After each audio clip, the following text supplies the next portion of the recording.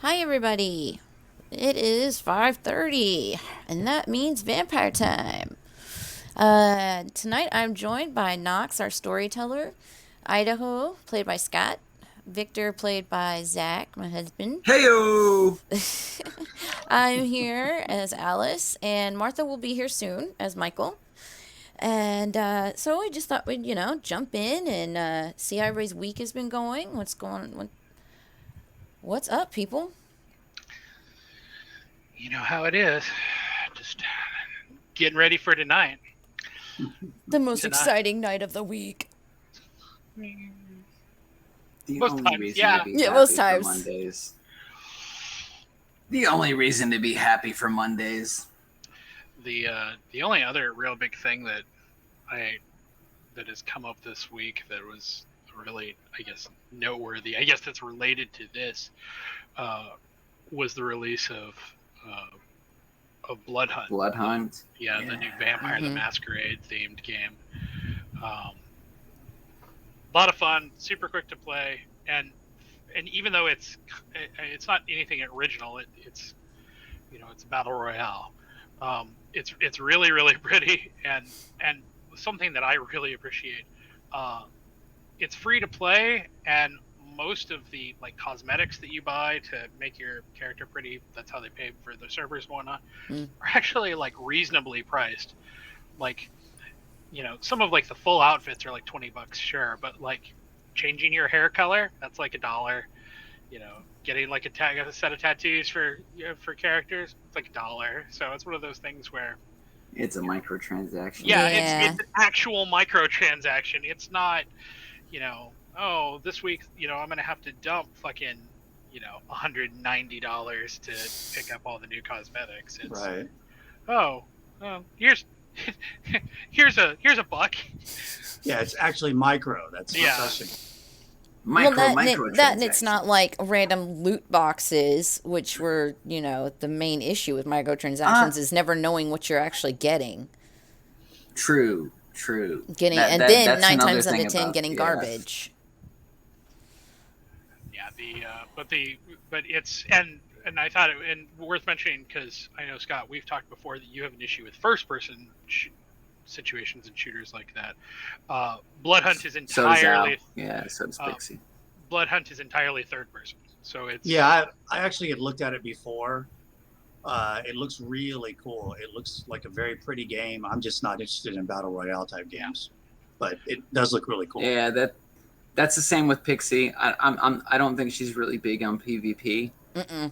But yeah, Mm-mm. when we saw the trailer for it, we were both like, man, we just need to make Vic and Al. We just need to make Vic and Al as characters in the game, and just like that would be awesome.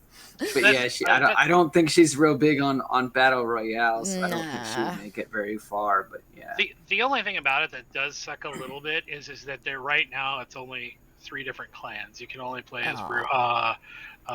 Nosferatu and in Toreador. Malkavian. What? But Oh, Toreador. not even Malk. No, Malk was the other. Malk was the other game. There's another game coming out soon that has Malk as Oh, like the that might be main the one I'm one of the thinking three of. main. The okay, Yes. yeah, that's probably the one because I knew there was one coming out I wanted to play, but I couldn't Hmm. remember when it was coming out. The other thing that I'm a little shaking my fist at, so they were supposed to, White Wolf was releasing two new books. They were releasing Sabbat the Black Hand, which is the source book that's all about the Sabbat. That Ooh, was supposed to be released last month, and they were supposed to be Mm. releasing all about the Second Inquisition that would have like been handy. in November, and now apparently they've pushed the Sabbat book back to uh, sometime in quarter 4, I guess, Whoa. and then the SI book to next year. And I'm just kind of like, I need more material. Well, I could lend you all of our old material. oh yeah, But we have plenty of it's old outdated at this material. point. And sometime I'll have to do like a phone stream and like show people the crazy shit in my house, some weird collections we have. But We have so many gaming I books, going played. back to D&D second, advanced, to third, 3.5. One second. We didn't invest in any fourth ed. But we've got a lot of the original like White Wolf from like 2000, era. Well, that's cool. And we've got D&D So stuff from 1990s. yeah, Yeah. that's third edition, 3.5. Yeah, Yeah, and, I and think we second still have some. two Yeah, I ed. was about to say we have some 2 stuff, just not a lot. Yeah, 2ed was considered advanced Dungeons and Dragons. Yeah. So there was Dungeons and Dragons, which was 1.0, and then advanced Dungeons and Dragons was 2.0. Yeah. And then 3.0 was when and then after that TSR sold the Wizards, and Wizards did 3.0. And then 3.5. Speaking of TSR, did you see all the bullshit that happened with them real recently? No, I haven't seen it.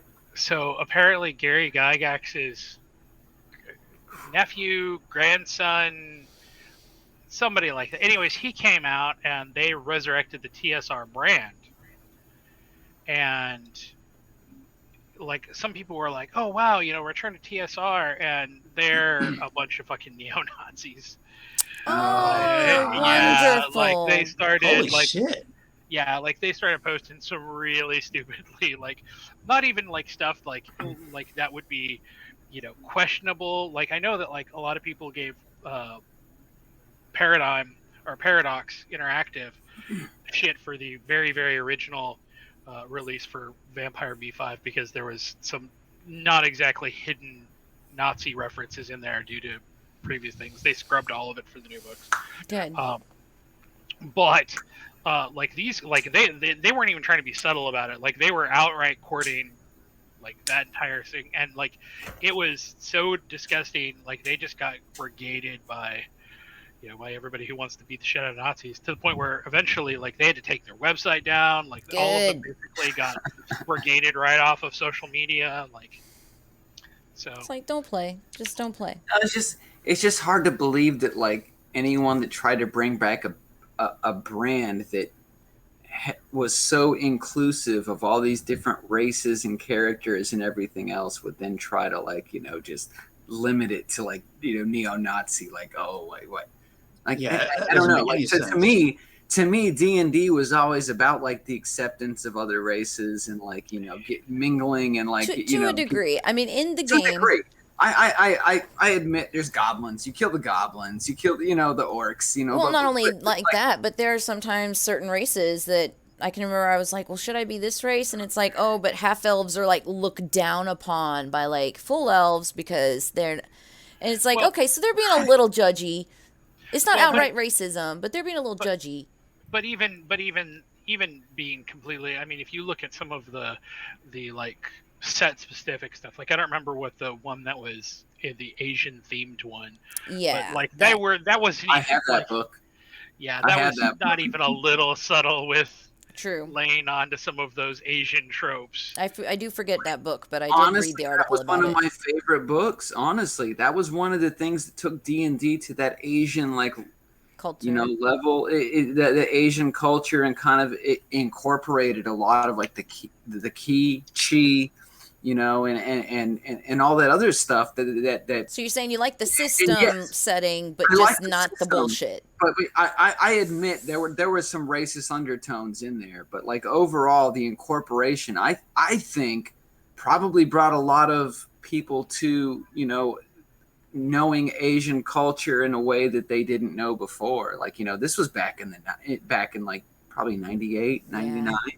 I'd have to go pull the book and see when the published. Quite a bit before that. Yeah, you may have gotten a reprint. The box that they showed when all that came down will look like it was before I was born. Yeah, it may have been. Maybe ours is a reprint. I'm not sure, but ours is third ed. We had the third ed print of the Eastern, which had all the.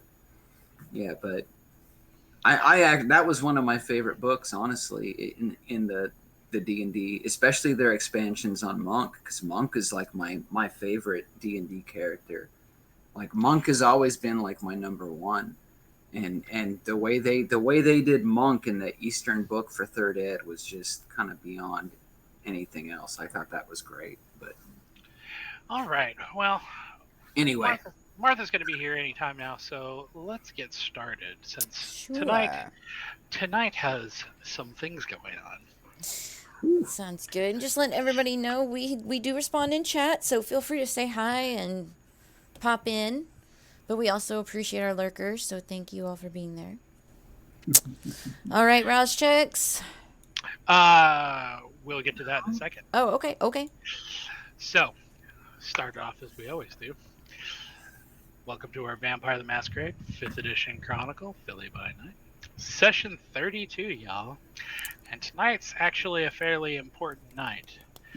Because tonight is the grand reopening of the club formerly known as New Rain. Oh. Yes. We got our shit together. It has been rebranded as the Beacon. And when Michael gets here, he will tell you all about it. That's very fitting. I like that. I like that. No, that's great. So,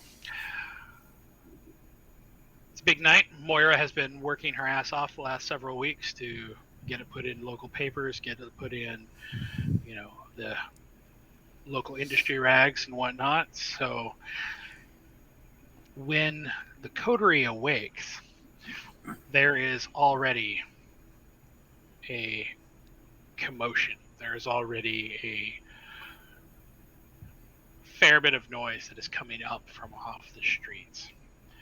And as you go to your balconies to look out, or you go pop your head out the front, the line that is in front of the Beacon is not just wrapping around the block, but it is actually wrapping all the way down, well past the apartments. There are hundreds of people who are waiting to get in. Damn. So, tonight is going to be a big night. So, Seems like it. Yeah. before we get started, let's do some housekeeping. Let's see who's going to be starting the party, wishing maybe they had pre-gamed a bit.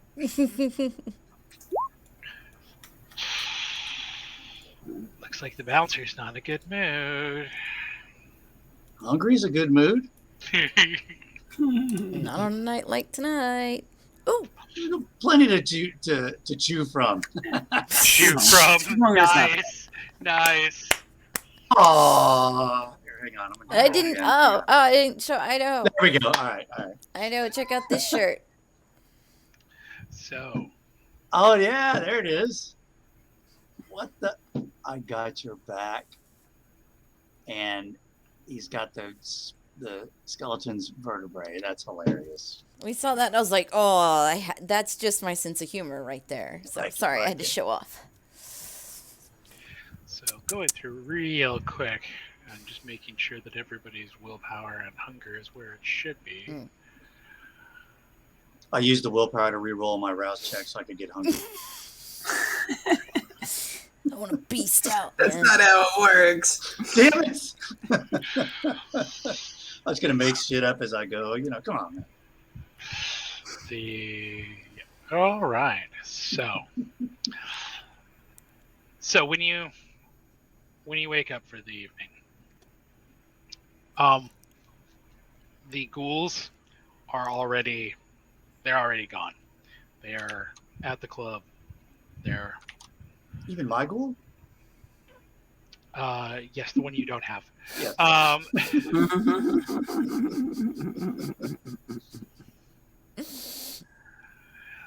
So, I guess going down the list. So how, knowing that tonight is going to be kind of a big deal for you guys, both as for the club and also for you guys kind of as a coterie.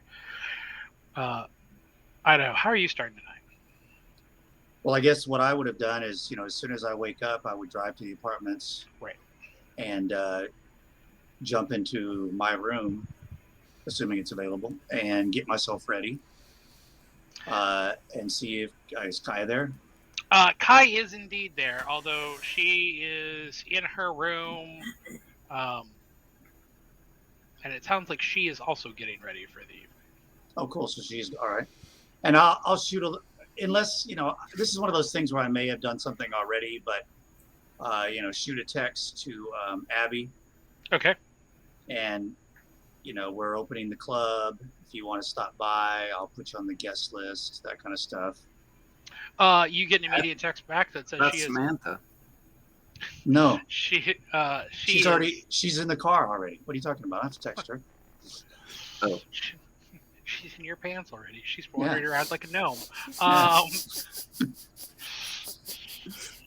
You get an immediate text back from Abby that she is actually already outside and in line waiting to get in. Oh, let's say, well, I'll come find you. So, what are you going to go do that now, or is there anything else you want to take care of before you? Well, I mean, I'm just whatever taking my turn. I'm gonna go into the house, get myself ready. Okay. Depending on what else maybe happens between now and then, but I'll head over there pretty soon. Now, what would so we know that of all of the kindred in the coterie, that Idaho is maybe the least concerned with his dress on most nights. So, what is on a night like tonight? What is Idaho going to dress up as? How is he? Well, I actually think that Idaho, he's not uncaring of his appearance. Martha, like we talked about before, he kind of goes for that thrift store chic or hobo chic or something. So he does. It's almost like one of those things where he makes an effort within the limited context of, he's not going to go super overboard. But so whatever works. I mean, the black suit, I've gotten a lot of mileage out of that, but I kind of don't think that I want to do that tonight. So fair enough. And I think that even as things have changed, he might have acquired some nicer stuff, but still within that realm of like hobo chic. Yeah, vintage, like a rock star, store. like rich, like trust fund kids. Like the way that River Phoenix dressed in My Own Private Idaho. There you go. Right. Okay. He's a Hollywood bum. Right. It's like it's those people who spend $50 on a ripped T-shirt to look like a bum. That's right. I mean, sorry, $150. Nope. Need to add two more zeros. No, there's levels. That's ready to wear level. You're talking about couture. Yeah. He's willing to spend a lot of pesos. Was what I'm saying. At least 500. I will totally take that shirt off that donkey. Because that's at least $50. Okay, Vic, you woke up a little crabby, shall we say? Got a little bit of need a little snack. So how are you starting the evening? how much is it? 2, right? That's pretty normal. Go eat a door. I guess I'm heading down to Romano. Just going down to Romano and just trying to soak in the fact the club is opening again and we're kind of back to normal. So I'm just trying to soak it in right now. So you're going to get ready and then you're going to head straight down to the door. Yeah. So why not? We got so many people at the door trying to come in. We might as well try and get, double this up. Me and Romano can double up ID checks while we're getting people in and cover charges. Let's do it. Okay. Alice. Oh, hold on. My chair. I know. I'm trying to lean the back, but the two levers are right by each other, so I'm always hitting the wrong one. See? It's a learning curve. That's all. It's like getting into like a rental car. That's not even the same company as yours. You're like, all right, which way does the windshield wipers go, up or down? Yeah. Well, or is it on the right or on the left? Yeah, and they're like my little shorty arms are like. Life hack for that: get some tape and put it around one of the handles, so that way one of them feels different. Hey, good idea. I'll do that. I will do that. Smart life hack. So, Alice, how are you starting this evening? What are you doing? Well, I'm probably checking on Ruby first, just because she might be hungry and I don't want to have any incidents at the club. Okay, so that was actually a question I was going to ask. Are you going to allow Ruby to go to the club?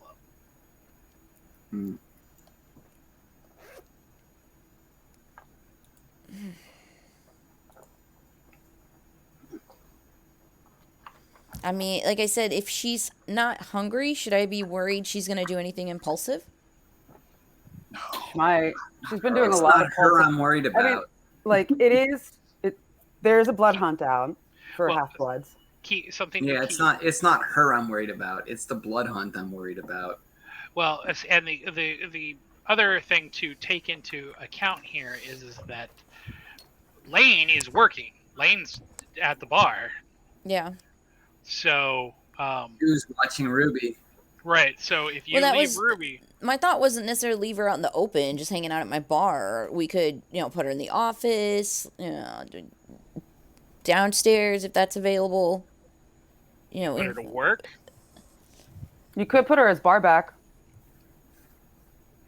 In But fact, thought that the issue would be that if she's out in the open, I mean, could she not be smelled out by someone's... Yeah, but like the first level of protection is you at the bar. If she's the bar back, she is behind you, and she's just has to be attached to your hip, basically.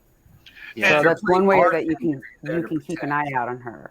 Well, and that was something that's going to be addressed when we get to Michael very quickly here, because Michael will be in charge of describing the bar to you, but I forgot to ask Michael some questions about some staffing issues. So... I mean, yeah, I'll take her on as bar back and just tell her to wash fucking dishes and don't move from that goddamn sink. Ruby is happy to now be your bar back. Yeah, so we go ahead and get tarted up for the night.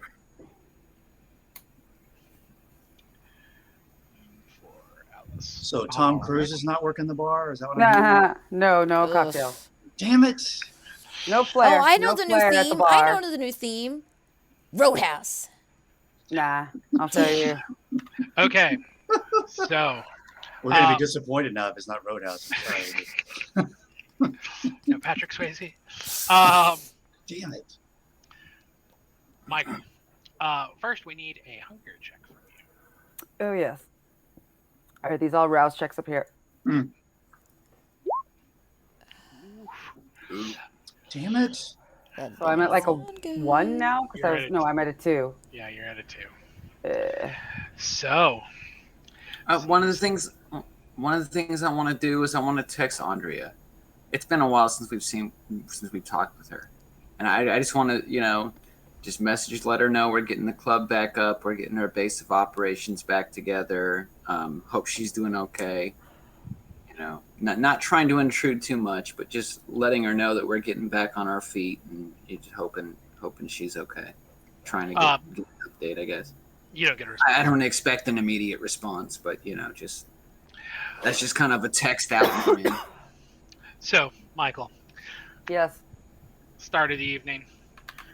There is already a line that is wrapping around not just the club, but the apartments themselves. Moira has done everything she could, putting ads in papers, putting ads out on the street, putting flyers out, getting everybody ready for this brand new venue. Yeah. So you've already got hundreds of people who are in line waiting to get in. So what does the beacon look like?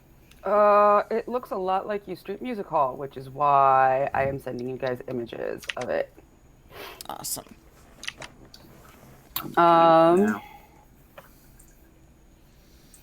If you actually just search up in DC, Washington DC. Yeah, that's just a shot of it. So if you look up DC, there's in DC it's U Street Music Hall.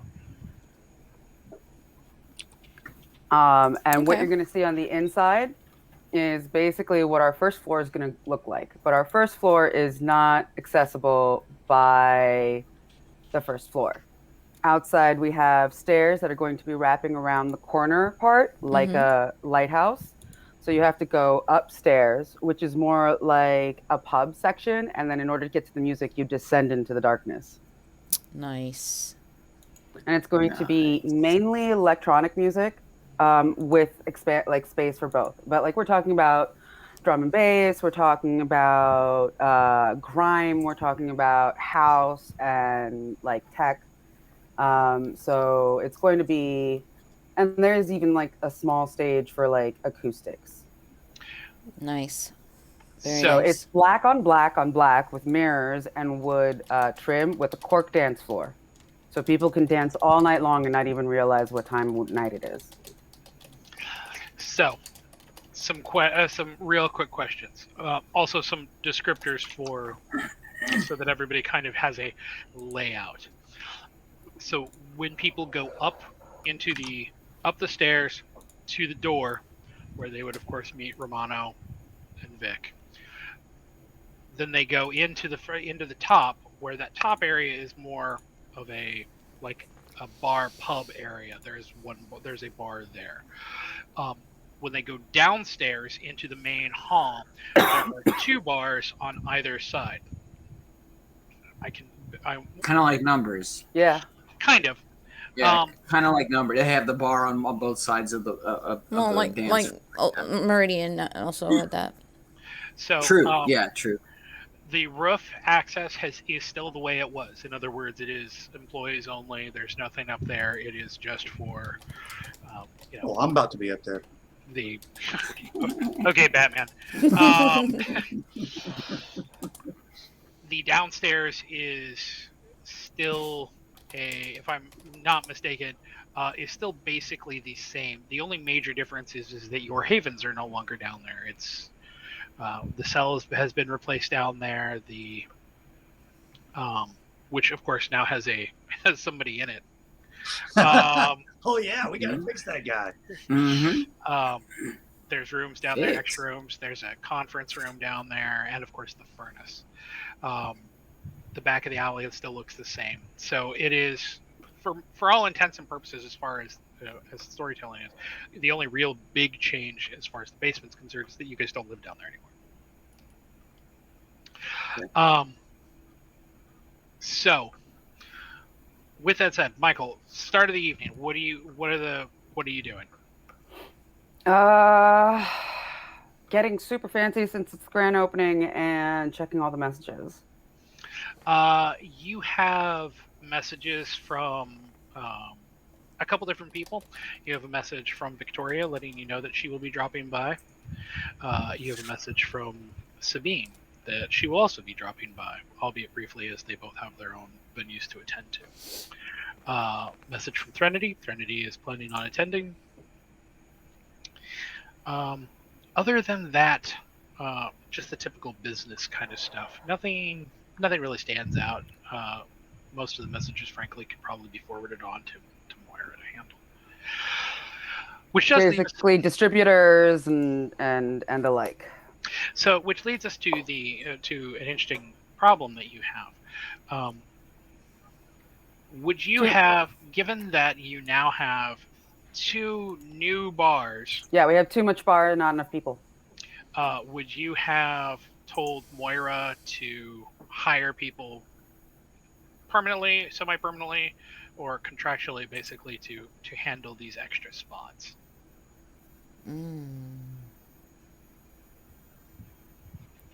Contractually until proven that they can have a permanent point. Okay, so now it's trial runs. Okay, so these are people who have no idea about the people who are actually running the bar. Mm-hmm. Good to know. Do we have a ton more ghouls, by the way? You have my ghoul got turned to a vampire, and she went off on her own. So that's who I texted today. Like that was, and then Romano's at the door, so he's not really able to help with the bar. So he's doing it. Me and Samantha can make some new employees. I thought post breakout from the place, we got a couple more ghouls that wanted to come with us. Well, we have Kai or Koi, but Kai. Wait, Kai. Why did I want to call her Koi all of a sudden?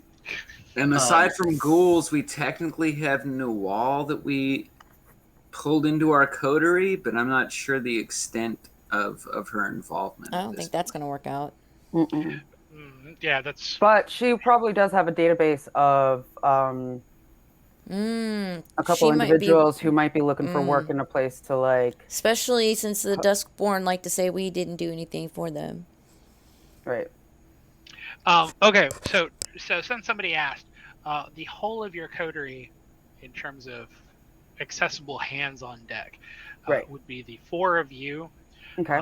Moira, who is she's basically running things, She's my girl. Clyde, and Rhea, both of who are working floor, Lane, who has taken over as the bartender for the other bar that is across from you, Alice. And then Romana, who is working with Vic at the door. And then, of course, Kai and Ruby being behind the bar with you, Alice. So that is the extent of the people who are in your circle, so to speak, that are... I mean, could we put Kai over with Lane for support on that bar? I would say that Kai should probably be doing lights, like since the whole bar is like operating like a light board, Okay. and that's the deco of it. Have her do Plus, tech. that'll be a little bit out of the way, so she's not necessarily exposed and smellable so much. Okay, so what you guys want to just to clarify, you basically want her running as basically the house tech. If that's where Michael thinks Do she's I best keep put. thinking that she has tech skills when she doesn't? No, Kai I thought was like psychic, and Yes, I don't think she's got the shown eye. anything. I'm your tech person. Me and Moira do tech. Yeah, she does not have. She's got a lot of artistic skills, and a lot of like survival skills, but she does not have any technical skills. Okay. She does, however, have one dot in performance. So she's probably teaching. It's probably teachable. Okay, yeah, put her on lights, let her paint the music. Okay. That'll make everybody fun. If she's psychic, she knows what the DJ's about to do. Paint the music. That's true. She could just connect with the DJ and just be like, huh? All right, we're doing this. And then we can be famous for our light shows. Yeah, there you go. All right. Which also gives us a cover to boost up our light weapons powers. Backups. So, all right.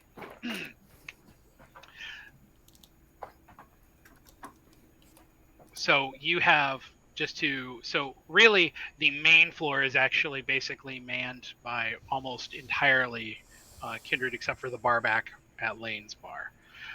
And then upstairs would actually be kind of the opposite. There's nobody in the upstairs that is out of y'all's coterie. It is entirely contracted workers.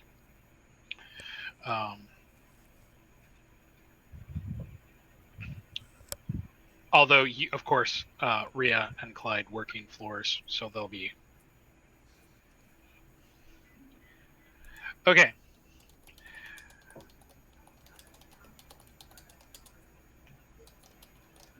When you guys get... So, going kind of back down the line, so Alice and Vic would already be there. Michael, you're getting all dolled up, so you're going to be heading over basically as soon as you're all dolled up.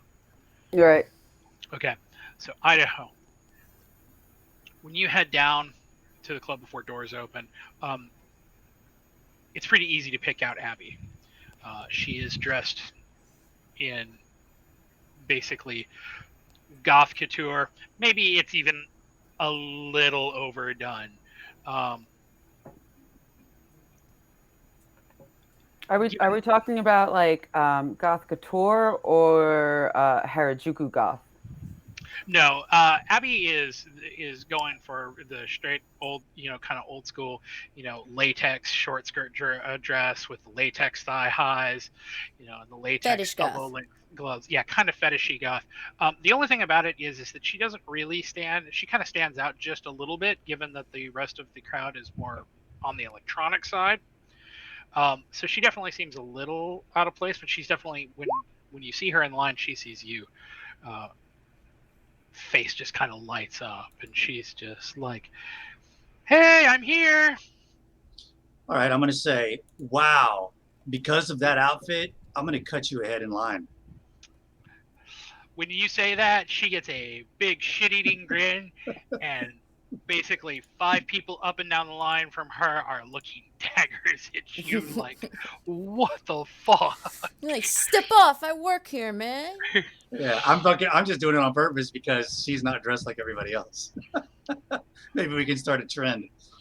So yeah, I'm going to grab her and go, hello, person I have never met before who is dressed better than everyone else in line. Let's go to the front. And just take her to the front. As you're walking, you can hear people being like, boo, boo. I'll turn So- around and say, Like, we don't necessarily have a dress code, guys. We don't have a dress code. Like, I'll people say- come to like dance kind of thing. Mhm. People come to like let it all out on the ground, and that's why like getting caught up in shit. It's very welcome. When he gets to the door, I'm like, what the fuck are you doing, Idaho? I'm not there yet. I got to turn around to those people that are I'm just booing kidding. and say, don't make me go Studio 54 on your ass and not let you in. No, I'm not going to do that. I'm kidding. Why not? Throw some weight around, dude. That's the whole point of having door. Okay, so opening, like, everybody wants to be in right now, right? Right. So that's when you kind of make it a little harder to be in. As long as it's worth it when they get in, they're gonna come back and want to come back again. So you walk her in. Where do you take her? I know. So we're really not even open yet. No, doors have not yet opened. Well, I'll just take her over to the nearest bar. Okay, so upstairs or downstairs? Because the nearest bar would be upstairs. That's fine. Let's go test one of the bartenders that we don't know yet. When you get there, there is a slightly older guy. Was he like 50? Oh my god. No, he's in like his late 30s. He's very, very lanky. He's wearing like a white button-up shirt with a vest over top of it. It's like 2-3 sizes too big for him.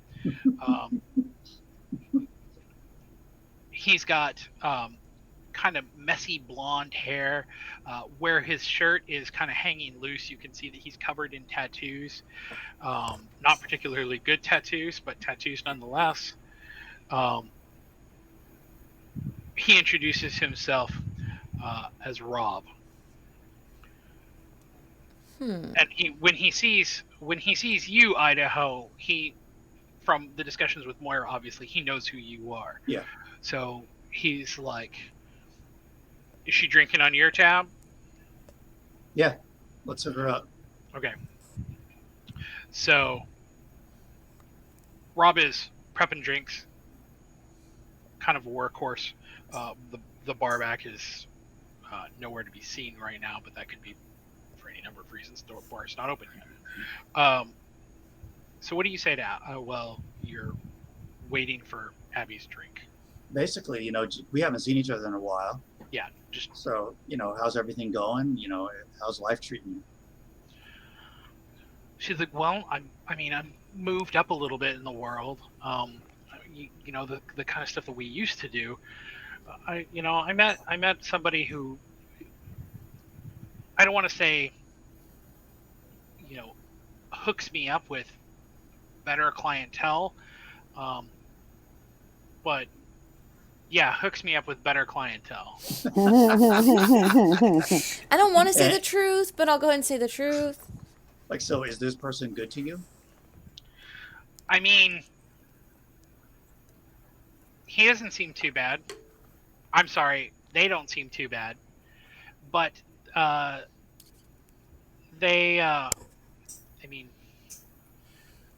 once you get up a little higher, the clientele tend to get a little pickier and have, the things that they're into. Mm-hmm. Well, as long as everything's going good, if anything goes south, I'd like you to let me know. She says, "I absolutely will. Thank you for for looking out for me." Yeah.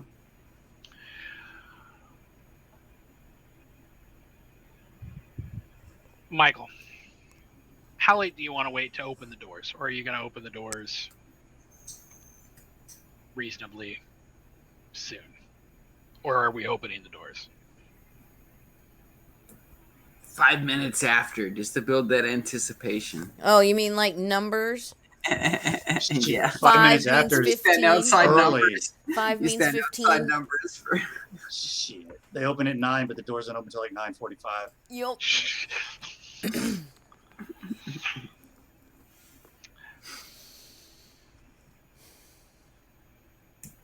Michael, Mhm. Are we open? are you? Yeah.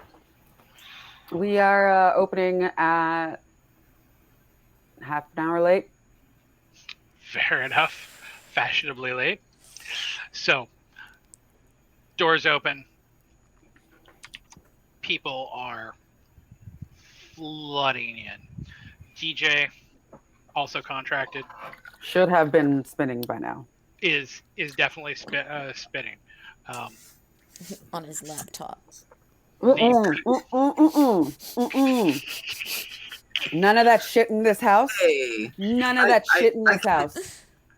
I can't dig the laptop knowing what technology goes into music nowadays. I really can't dig the laptop because That's what I'm saying. Not in this house. yeah, I can't dig It that. was We a do joke. CDJs. We do It was a joke. decks. We do decks here. We going old school. It better be a Yeah. phone. We It do better be a, CDJs and actual decks, depending on the talent. what about a phonograph? But decks don't have isotope and BZ stutter as edit, man. You can't even talk. I'm telling you, you can't do on the decks what electronics can do. So, the people are flooded. Oh, and this is just a question. So, is the music that is upstairs and the music that is downstairs, are those two different things that are being played? Are you just piping it in? Downstairs is country western or something. Are they in closed rooms or are they open? That would make the big difference. Because Downstairs is enclosed. The music is just downstairs. You can feel it. so in the- yeah, so and if upstairs. Upstairs is just like a bar. Okay, so there's no music being played upstairs. It's just Yeah, there should be. There better be. Just have it on a lower volume. Yeah, Right, Okay. but it could be stuff like we play, like it'll be something different We than can have downstairs. our- Because if yeah. you want to like go we see can the hook show, our you Bluetooth go up. see the Bluetooth show. up. so people are flooding in. You're getting Michael. You're getting regular texts from Moira about money that's coming in. Apparently, it is already a great start to the night.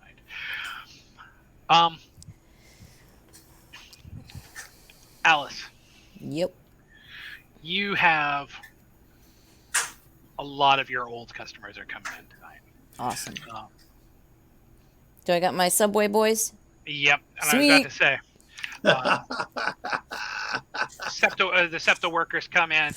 They have even dressed up a little bit. Some of them have put on little clip-on bow ties Aww. over their SEPTA gear as they've So just gotten cute. off work. That's awesome. They are all ecstatic. All you hear is, "Oh, thank God you're back. Fuck that last place." They're like, we don't know what happened or what happened to New Rain and what it got replaced with. We're just happy to have our old place back to jam. There. So, while you are there slinging drinks back behind your bar, what are you doing? What are you looking for? Who are you trying to see? Anybody in the crowd? What are you doing? I think I'm just staying on high alert for anyone I might recognize or, I wouldn't say perceived threats, but obviously having Ruby behind me has got me on my guard. If my Subway boys have made it to my bar, I'll definitely front them their first round on me. Okay, yeah. When you get up there and they're drinking, they're doing shots, they're tipping well.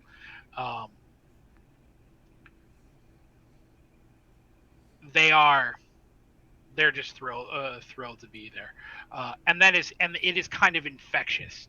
So they're super happy to be there.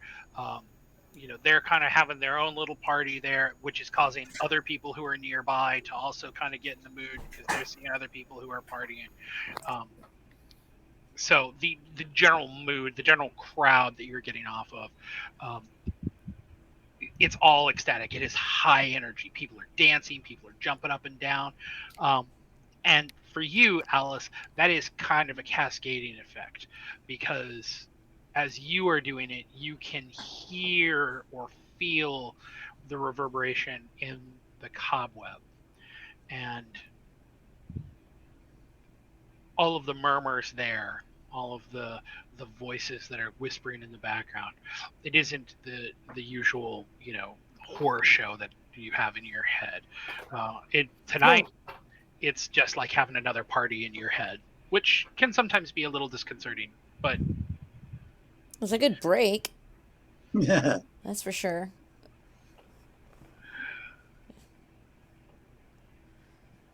so Vic is on door duty, Alice is behind the bar.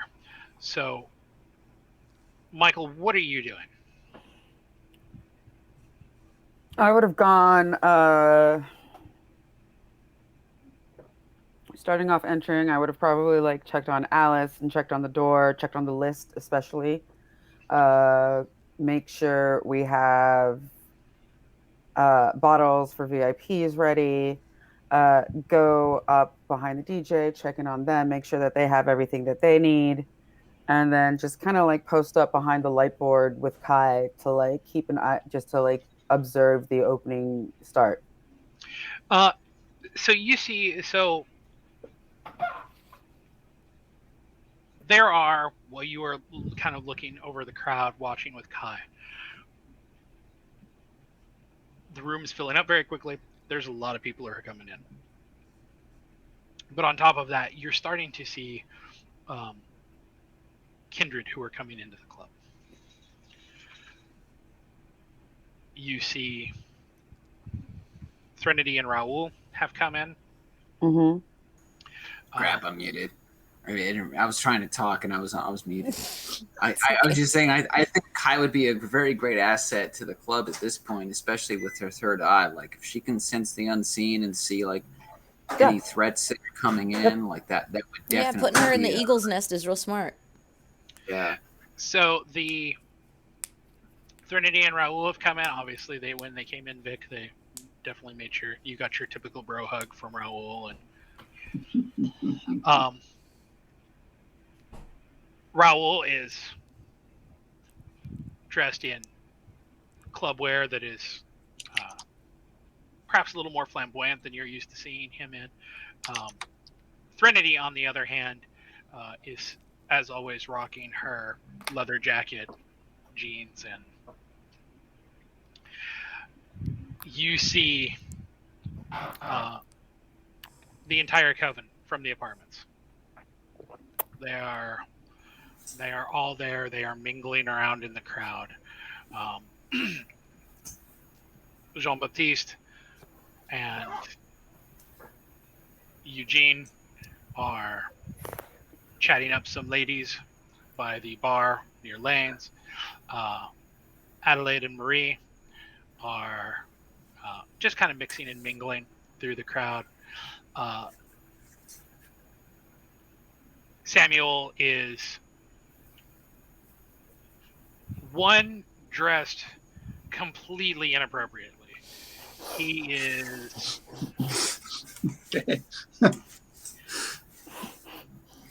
is in like jeans and t-shirt. No, he's in what looks like a friar tuck kind of. Oh, Yeah, like a cassock. Yeah, like a cassock. Yeah.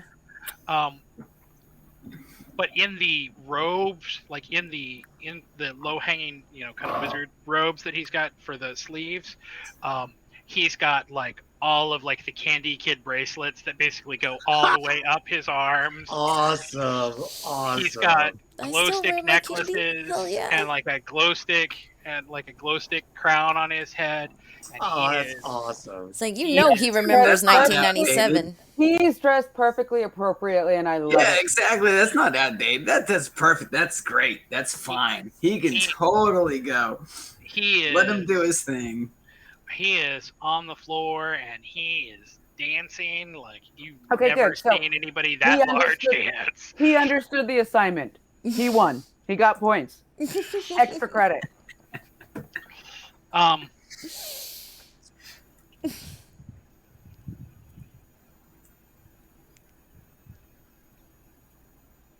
then, almost as if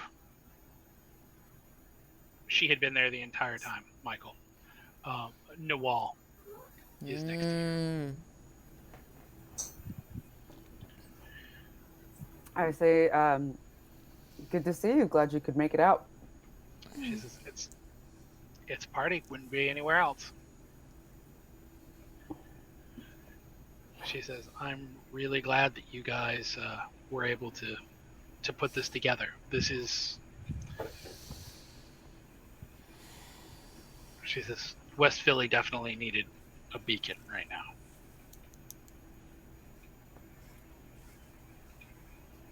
Well, I hope we can stay aflame.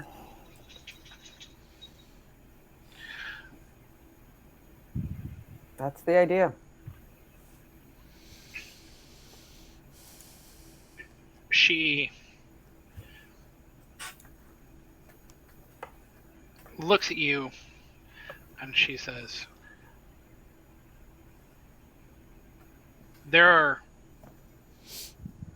are a lot of kindred who are planning to be here for varying reasons. She looks kind of at Kai, gives kind of a wave. Kai waves back. She says, it would probably behoove you better to be out amongst the people where they could approach you rather than sequestered up here. Agreed. I was just taking it all in for a moment. Nice to see her back to herself. She kind of gives a little bit of a bow and she goes, I'll be around if you need anything. Make sure you have some fun, though, yeah? As she walks away, you think you hear something that says to the effect of fun. What's that? She's older than the word fun. Wow. Apparently. She's been around. Doesn't translate.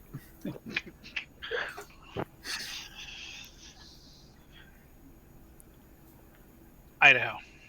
Mm. While you are out on you were up with Abby, you were talking to her. Then where did you do after that? Are you gonna hang around the bar, or are you just gonna go mix and mingle? I'm gonna mix and mingle, kind of keep an eye on Abby. If she wants to hang out with me, that's cool. If she wants to do her own thing, cool. But I gotta test out that new dance floor. So Abby basically posts up by the bar upstairs. I'll tell her, my tab is limited. It's only 500 pesos, so just You got her a beer and a half? You got $5. You got $5 in that account. Great, good job. You can have a no alcohol beer and a half of a shot of tequila. It's Wells, all Wells. Oh. Anyway, yeah. So I'll just kind of say, all right, well, hey, if you need anything, let me know to Abby. Just have fun, and I'm gonna go hit up the floor. So while you were out on the floor, are you dancing? Of course. Okay.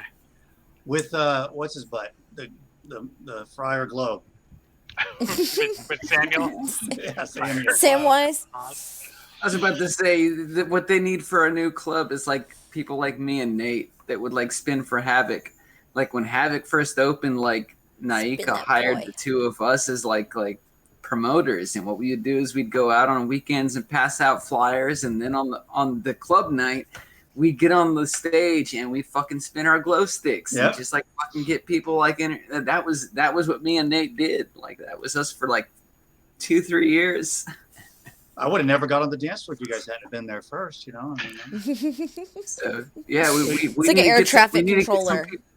This way to the dance floor. Some little minions. Some little minions that pass out flyers and just dance around on the dance floor. That's all we need. So, while you were out on the dance floor dancing with Samuel, it is hard not to miss the figure who is dancing towards you. Joan Jett. She is... you guys would have let her in? She somehow makes it on our dance floor. She is wearing a pair of very tight jeans and a crop top shirt that is so cropped as to be almost a little too much, maybe, for people who tend to look a little too close. She's wearing a pair of black rider gloves, fingerless rider gloves, and she has her hair pulled up into a ponytail. As Samantha saunters towards you. Did I mention I was behind Friar Glow now? Did I mention that? He's like, shit. Dancing on you were trying to dance around. I was just moving around behind him the whole time. He's my shield. No, I'm going to go, hey, Samantha, long time no see. Give her a big old hug. She returns the hug and she dances with you. Nice. With the two of you dancing, it's difficult not to hear some of the jealous comments that have been whispered under breaths towards you, Idaho. You hear somebody being like, man, he got that girl up at the front and now he's dancing with her. Don't hate the player. Don't hate the player. Right. I can't help it if I look like River Phoenix. What the hell, man? What am I supposed to do? Samantha is all up on you. She is dancing very, very close. And she looks you in the face and flashes a very pretty smile. And she says, well, congratulations on getting your place back. Thank you very much. Glad you're here. Thanks for showing up. She nods and she said, mostly I just wanted to tell you that I still have not found exactly what I am looking for. But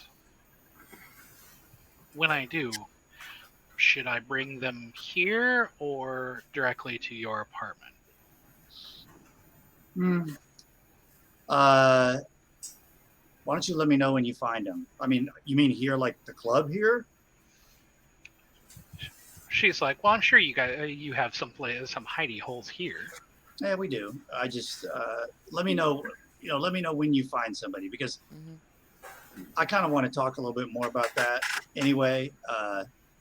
Because I'm a little bit worried, because so far what I've seen when people turn others, things don't turn out that good. She goes, she nods and she goes, you don't have to worry about that part. You don't have to be dead. No, that's not what I mean. But okay.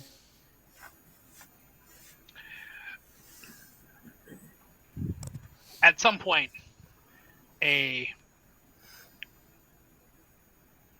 kind of tall,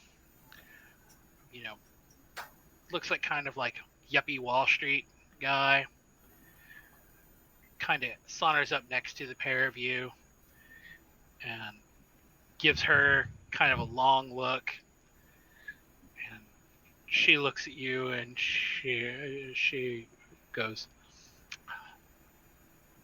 well, who can resist a snack?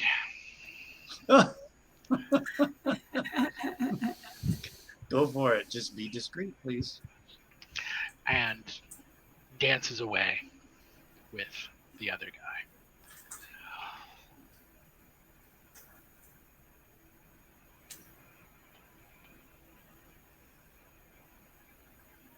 Vic. The door, tons of people coming in. It's pretty easy. Everybody's getting, showing vax. Oh, by the way, let's ask that question. Michael, are you requiring vaccine cards for everybody who's getting in? So everybody's coming up. It's pretty easy. They're showing ID and vax cards. If they don't show those two things to you, they're not getting in. Except obviously for the kindred who. Yeah. Yeah, did Trinity have a Vax card? What the hell?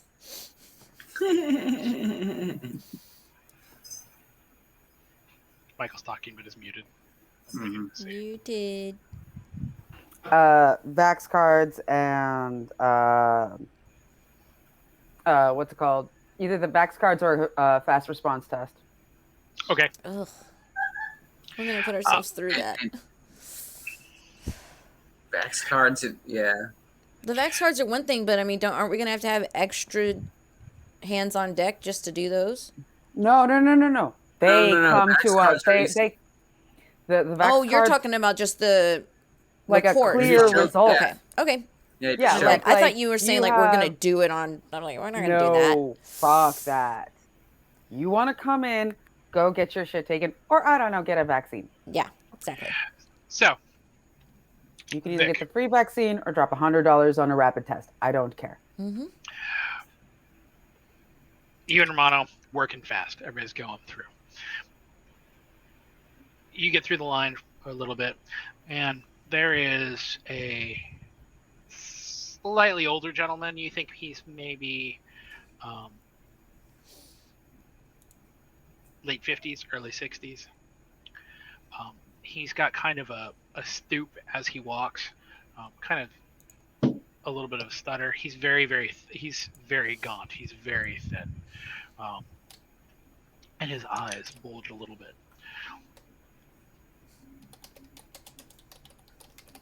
And he comes up to you, and he goes,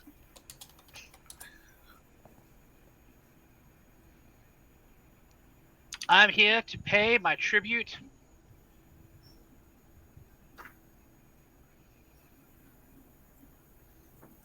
Okay, what is your tribute? He says, "I have been told that the Baron of West Philadelphia," and when he says this, there are people in the line who are kind of snickering behind him because they think he's nuts. And he's like, that this is the haven and home of the Baron of West Philadelphia, and I would like to pay my tribute. All right, why don't you step aside? We'll check your credentials, and we'll see if we can get you in. So he steps aside. So what are you? What do you? Once he steps out of earshot, I want to know if he's kindred or not. Are you Oh, kindred? he's very obviously kindred. Yeah. He knows about the Baron in Philadelphia. He's being Yeah, weird. okay. He's completely out of touch with like time Right, and then- modern. Yeah, no.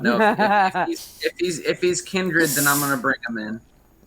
So when you send him in, where do you send him? Probably to the Baron, because as far as now, I haven't heard any other instructions as to what to do for people who request the Baron. So I mean, okay, so we do have. We do have. Oh, you got us a hookup system? Yeah, so we have walkie-talkies. Oh, okay. We definitely have walkie-talkies, Okay. and if Cool. you want, you can just like put them right there at the bar and like set them up with a drink.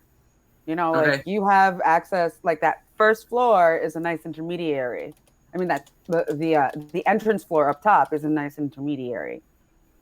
Okay, then I'll tell him what bar to go to reach Alice, and then I'll tell him to relay the message to Alice so that he can get in contact with Michael. Because I'm at the door. I can't go in the club.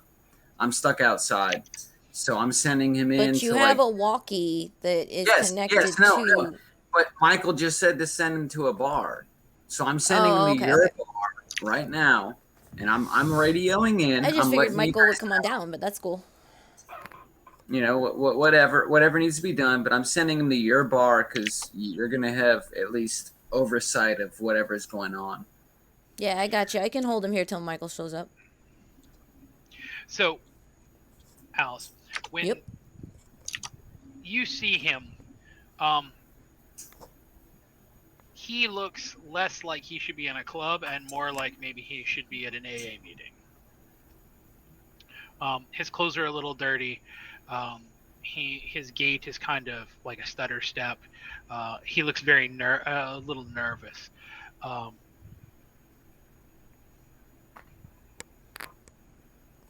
But when he gets to the bar, he looks a little confused, and then he looks at you, Alice, and he goes,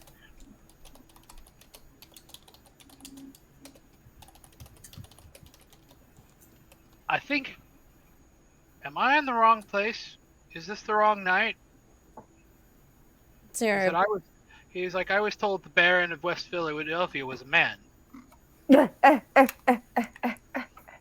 Well, you were told the truth. Unfortunately, the Baron is busy at the moment, but you're welcome to sit at my bar and take in the entertainment until Michael arrives. He nods and sits. When he sits down, he starts nervously tapping on the bar, like with both hands, kind of drumming out a. Mm-hmm. He got nerves. Someone's after. I'll lean in because I'm guessing it's getting kind of noisy. So I'll lean in and say, you appear to be a little uptight. Is there anything I can get for you? He says, well, no, you know that people like me. I understand. It was more of a gesture of kindness. Oh, well, thank you. Thank you much. You're welcome. Just have a seat, and Michael will be with you shortly. Having been radioed, I will be on my way, obviously. Yeah. So when you get there and you get to him, Michael, he immediately turns to you and does like a huge bow, like all the way, like bends at the waist all the way down as far as he can go, and then comes up and he says, "It is so good to make your acquaintance."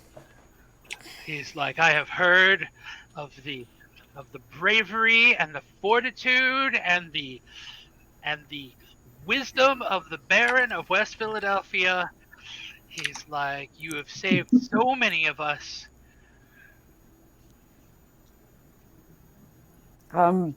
He must be the only one to think like that. Sorry. Yeah, After all the shit we've been given lately, and then all of a sudden it's like, yeah, we're not worthy. Recruit that guy. Oh God. Okay. Make an example of him. Cut his head off. And I mean a good example. Like let's move him up, and if anyone else comes through. My dear man, I do believe that you're attributing a lot to just myself when I was never alone. But there is no reason nor requirement for all of the traditional behaviors and formalities. It's a new era here, and I am a new Baron. And it is nice to make your acquaintance. And I reach out a hand. Your name, sir?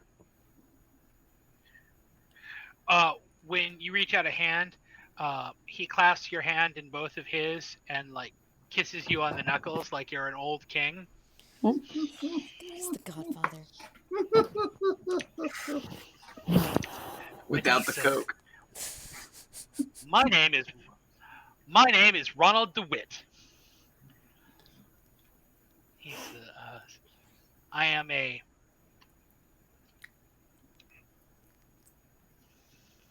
former doctor, I think.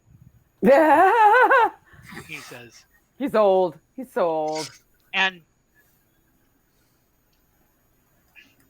he says, of course, I haven't practiced in quite a while, but when they locked us up,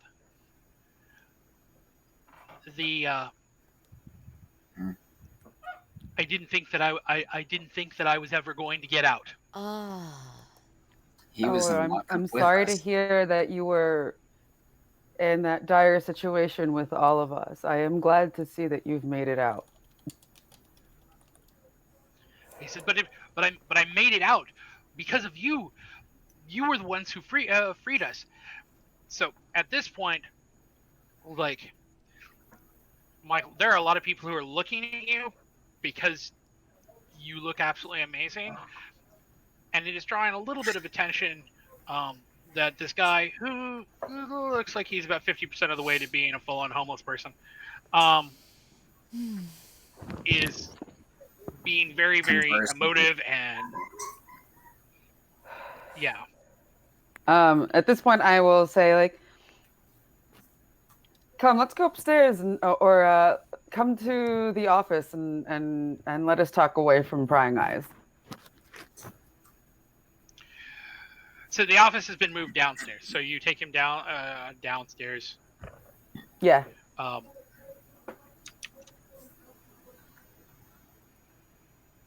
When you get there, what do you say?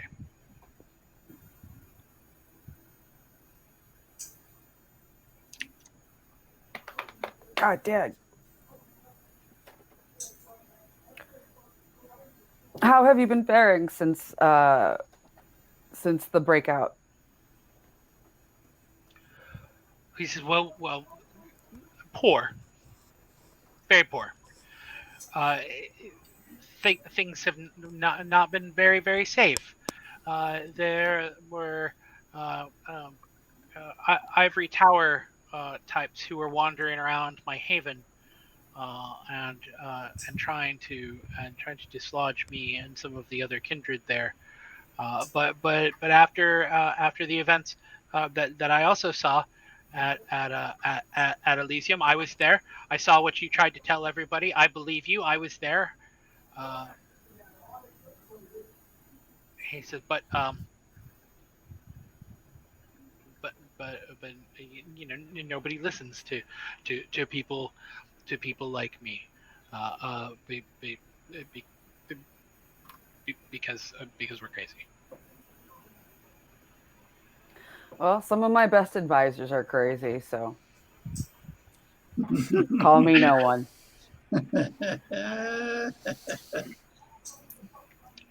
He says, no, go ahead.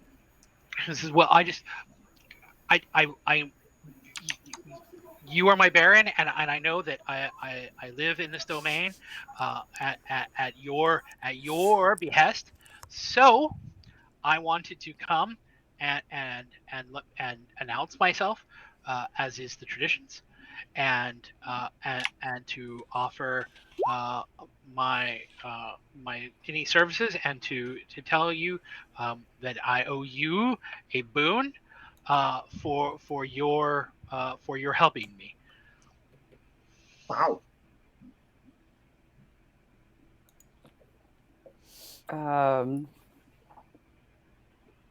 I'm quite honored.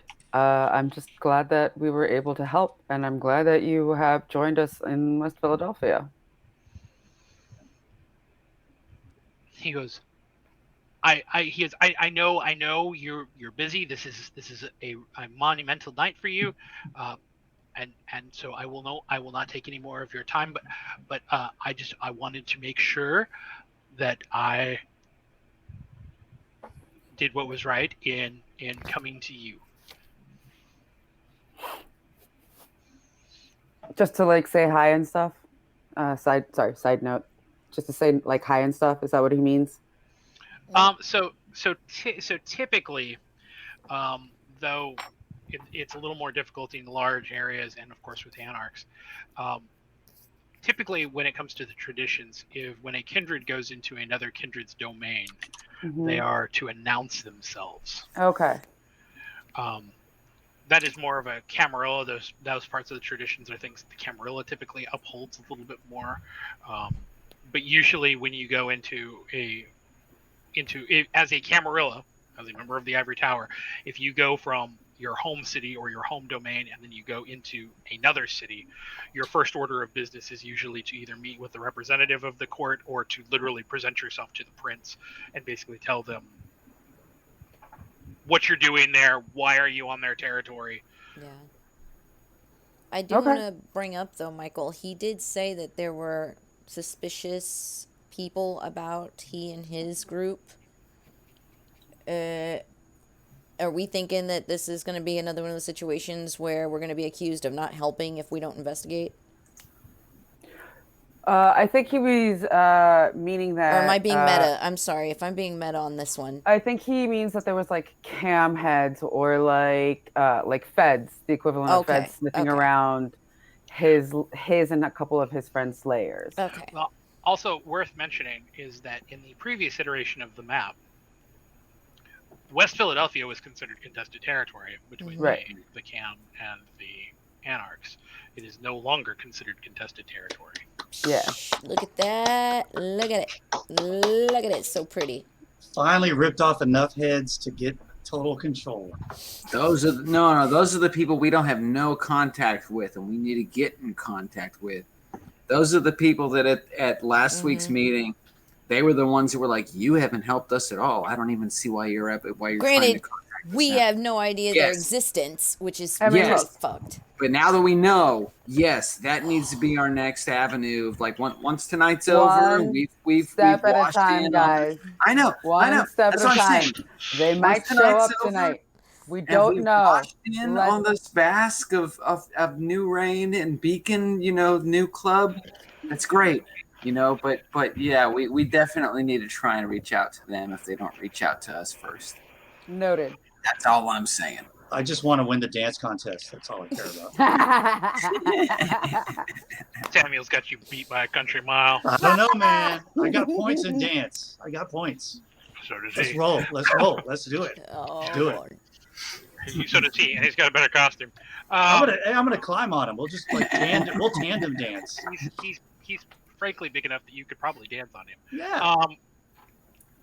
But trench coat around you. But with those expensive lights, though, man, we just put all that money in the fucking lighting. So, okay. Don't break those $10,000 multicolor faceted things, okay? Too late.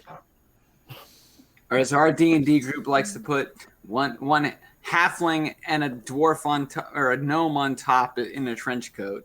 Yeah. That's true. We've done that. Yeah. So, are you going to dismiss Ronald, or are you going to continue? I'm going to continue talking to him. I'm going to be like, I'm very glad to see you. I'm very glad to meet all of my constituents. I do want to remind you that we are in Anarch territory. So our marriage to telling everybody what to do and how to do has been very rocky since the beginning. Smashed to smithereens, rocky. You'll find a little bit more freedom as long as we still maintain the masquerade. Well, those after what happened at Elysium, and the running, there was a lot of running at the end, but after that, the tower, they've been gone. So yes, so much more freedom, yes. What do you mean the tower? They've been gone. Well, before, when Mr. Moore was planning to declare praxis, they'd been trying to evict us from from where we live, but we kept avoiding them, so they could never really get rid of us. Um, but now they we haven't seen them in a while, in a bit, after the events of that night. So I guess we're not as important anymore. Where were you living that they were so contested, prickly over? We live under a bridge. It's not too far from here. Okay.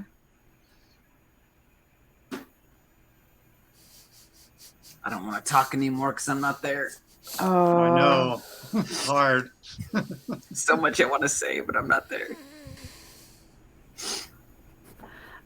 Down by the river, right, in a van.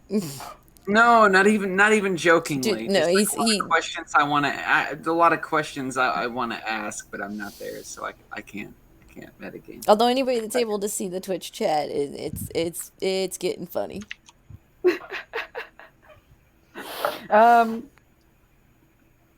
And you guys and you've only recently relocated. He goes, well, we did used to the few members of our very small coterie did we live south by that place, and then when they took us, we decided that we needed to. When we got out, we didn't think we were going to get out when we got out. Thanks to you.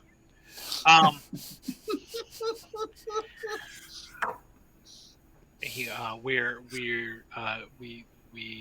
gonna, we moved. Well, it's a pleasure to have you in the Baronet. How many people do you have in your coterie? It's just me and two others. They couldn't make it tonight because they couldn't make it. I just, I'm glad you, if you don't mind sharing your location, it's just I like to watch out for everybody so I can keep ears for any going-ons around my kindred. He says, well, actually, would it be, could I schedule like an appointment, a meeting, maybe a joining? I would like to have all of the members of my coterie. We would like something perhaps a little nicer than the underside of a bridge. We would love to schedule a meeting. I would love to schedule a meeting. But when were you thinking? I assume this is more more sooner than later. Not tonight, because they're not here, because they couldn't be here. So I would say I'd have my people call your people, but we don't have phones. So I will be in touch soon. Do I have a burner? Do I have extra burners? Theoretically, yes, but not in your office. All right. I look forward to hearing from you. And I sent a hand to just shake it. He still bends over to kiss your hand even as you're shaking it, which is kind of like punching him in the face. Okay, I'm gonna be like, I have to ask you to stop with the what do you call these? Adoration? No, like it's like yes, but dated Traditions. Archaic. with the reverences. He like bows profusely. He's like, I'm so sorry. I'm so sorry. It's gonna take some getting used to, but I appreciate that you're willing to try. It's safer for all of us if we blend into the more modern aspects of things. He goes, I completely understand. I completely understand. Elbow bump. Like, we don't do hands anymore, sir. And he backs out. He backs out of the room. No, I follow him back to the floor Okay, so because I want to go back to I'm going to be on the floor tonight, like in the downstairs. okay, Alice, at the bar, you are serving drinks. You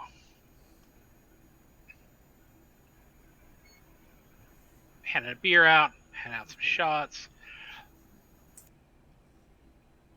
You reach to go grab a bottle, and there's a snap, and all of the voices in the cobweb kind of fade away, and one comes to the forefront real sharply.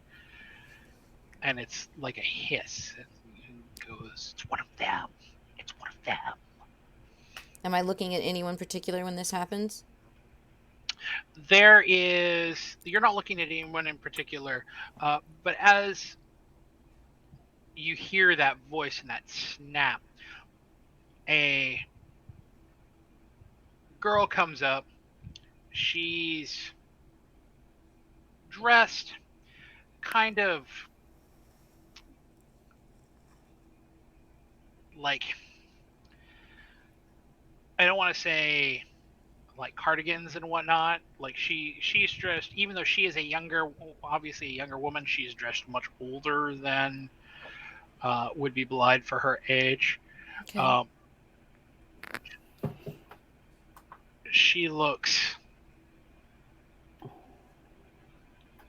different to you.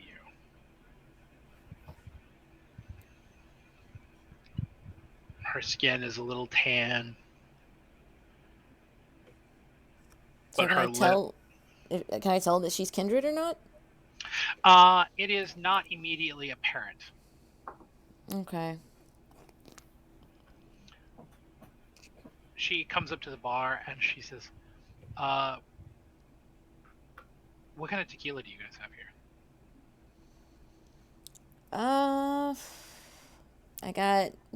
I got a couple of different Patrons. I don't remember all the names of tequila. Tell her that we have Mexican tequila. Tito's. Barcelova, That's vodka. Smirnoff, That's vodka. That's the vodka. Grey Goose. I think he's just naming anything he knows at this point. No, he's naming vodkas. I'm Absolute. naming vodkas. Grey Stolik Goose. Naya. We have Stolik. guys stop. Okay, sorry.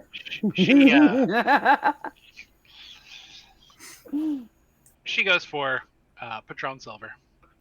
Dress, neat, rocks. How you want it? Dressed. Gotcha. That's not vodka. That's tequila. I'm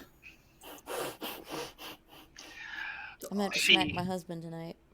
So he Anyway. gets a reward for acting like that? She slides money across the counter. Does the shot.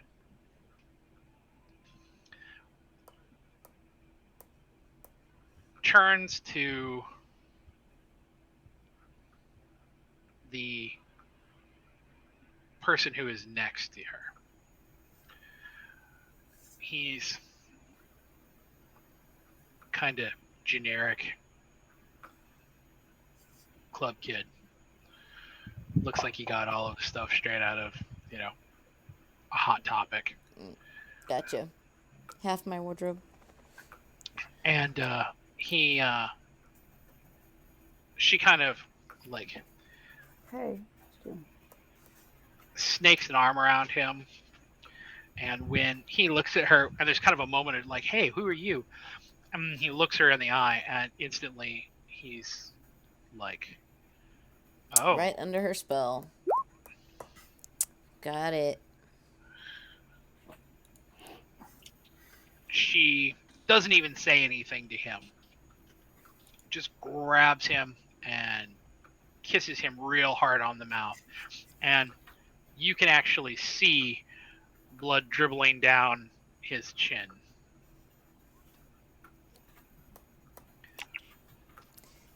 Hey, Vic, you got a minute? What's up?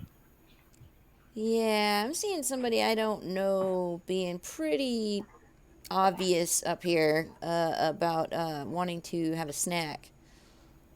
Think you can come up here and take a look around? Sure. I imagine Michael would have overheard this since it went out on the speaker, so if Michael has a concern about the situation. I would probably walk up to the individual and gently put my hand on both her shoulder and her date's shoulder. So when you do that, when you come up, Michael, and you put your hands on their shoulder,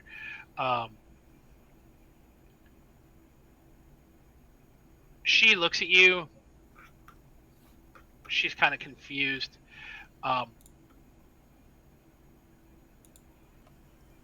Her date, like, he looks like he's like, whoa.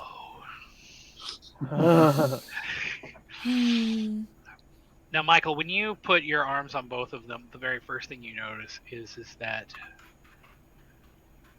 she is as warm as he is. Half-blood with teeth. Mm-hmm. Well, I did bring up getting Ruby some Implants. Mm-hmm. So, speaking of Ruby, Ruby is watching this entire situation with, like, rapt attention. Like, she is very focused on what's going on here.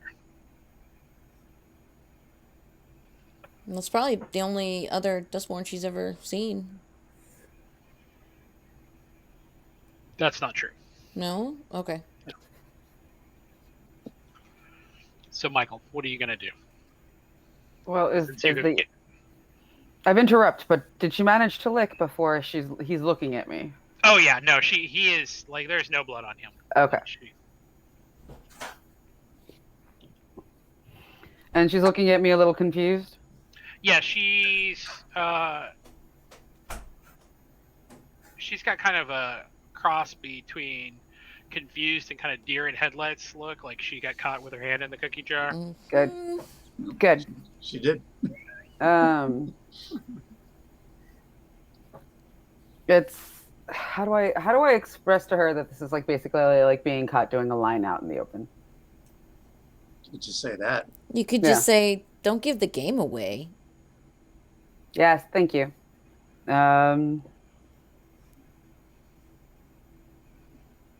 Then I'd be like, I'm sorry, ma'am. I'm sorry, but your night has ended tonight. No obvious paraphernalia allowed in the club. She goes, she goes, I don't think I understand. Okay.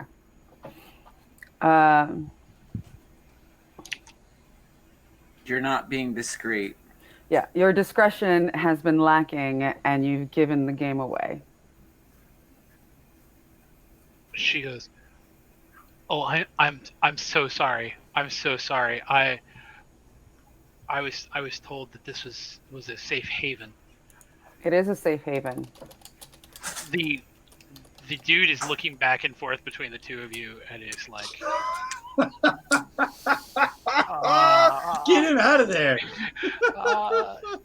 I look at Alice. I'm like, Alice, he's get a couple like, shots for this gentleman. I'm gonna have a chat with our friend here, and I lead her away. and he actually says out loud, he's like, we're not gonna have a threesome in the bathroom. No, I'm sorry, hon. Hey, Al can make you think you had a That's threesome in true. the bathroom. Yeah. First, we'll just try to drown this out with a few shots. And then Al can replace whatever memories you think you have. Flashy You thing. just Do love it. watching me do that. You just Flashy love thing. watching me work. Flashy thing. So, Michael, where are you taking them? I mean, like, I do walk her to the door and I say, you're not 86th for life, but first infraction, you're 86th for the night. I'm sorry your evening cut short. She looks really sad, and she's like, "Wow, okay, that's okay."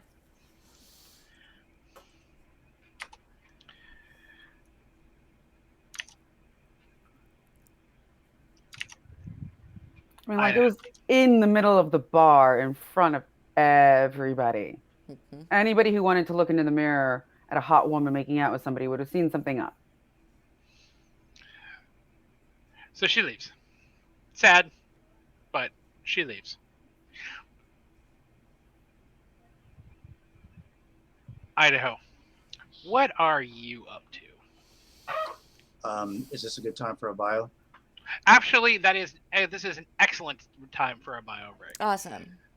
Oh, So, All right, everybody. So we're going to take 10-ish minutes. Everybody go to the restroom, get a snack, do what you got to come back. do, have a cigarette, whatever. We'll be back at 20 after. Yeah. All right, guys. Take care. We'll see you Suck soon. some blood. Yeah. Your blood. Be back in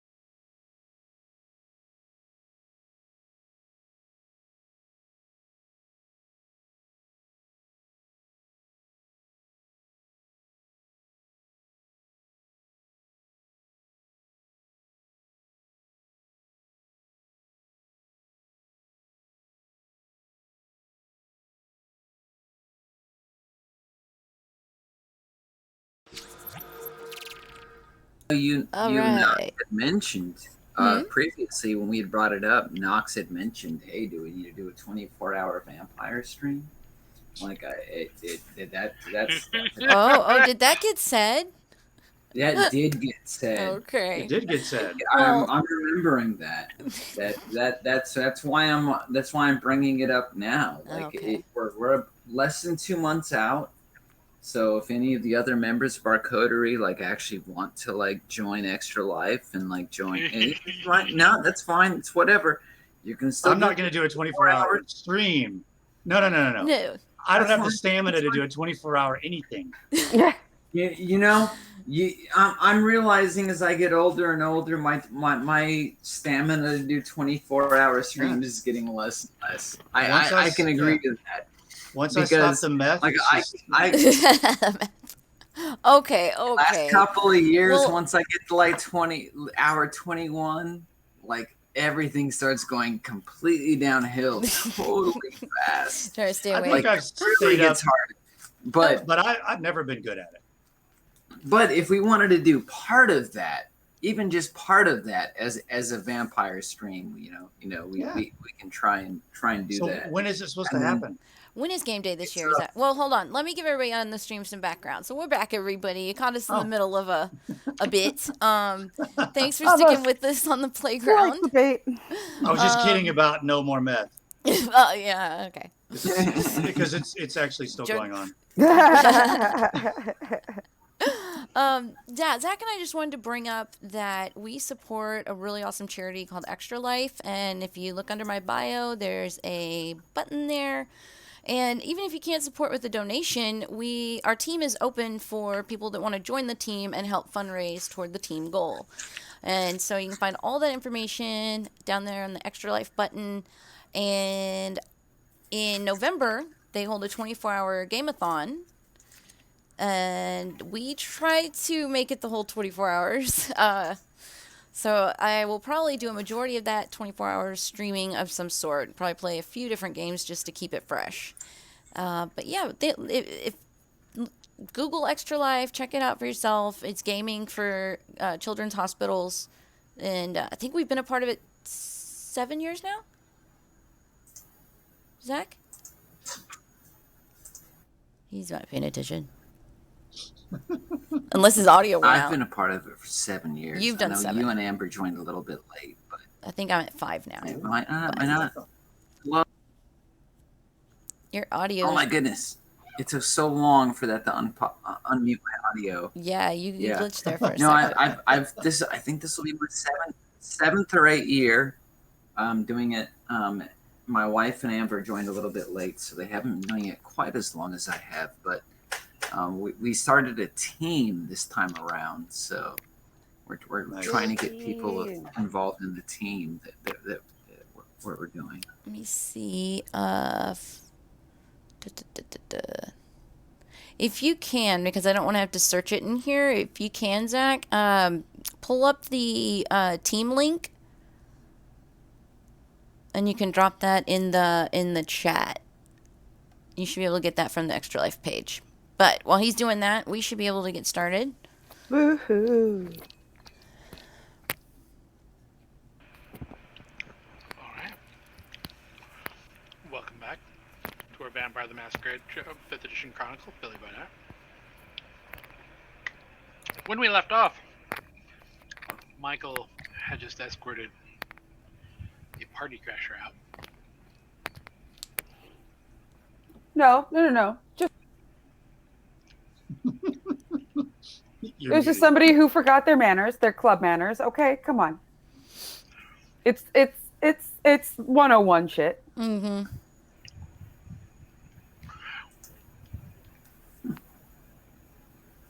Vic. Line's moving.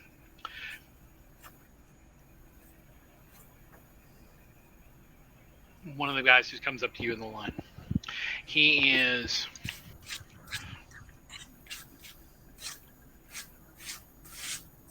a little unkempt.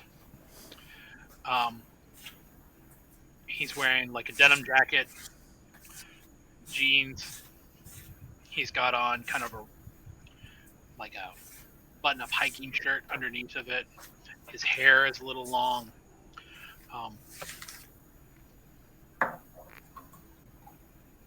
Possibly the most notable thing about him is the fact that he's not wearing shoes, like at all. Yeah, no, he can't come in. Mm. No shoes, no shirt, no service. Like, I mean, like we don't have like a dress code. Like you can wear like jeans and like kicks, but like, come on, man. Is there anyone at the apartment, or is everyone in the club? I'm just wondering if like everyone's at the club. Yeah, I figured. You can have people come back.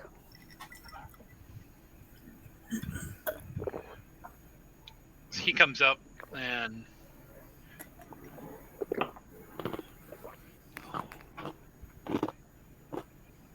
he says, "Am I incorrect? Is this the I guess Elysium? Is this Elysium for the Baron of West Philadelphia? We don't."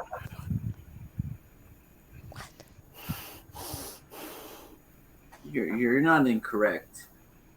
But you're also not correct. You're also not dressed correctly. So I can't let you in. However, if you're willing to work with us and get dressed appropriately, we can definitely get you in to see the Baron. He says, "I'm unsure. I'm not exactly sure what you mean, dressed inappropriately." You have no shoes. That's a safety hazard. You cannot come into any public building in Philadelphia without shoes. He looks at you kind of confused. And he's like, So this is not like Elysium. Not all kindred are welcome here. What? That's not to say all kindred aren't welcome here. That's just to say During we have nights to keep the like masquerade. We can't let it open to everyone else. It's what's a mix. going on Yeah. here. This is not an open door to let people know what vampires do and how vampires behave. We have to keep this shit hidden. So if you want to respect the Baron's club, you kind of need to keep this shit hidden. We can't be out in the open. I'm sorry. No disrespect, but please. He kind of nods and he goes, "All right, I will let the others know." And he turns to leave. Thank you. Like I said, you're more We than look forward to seeing. Just keep the masquerade.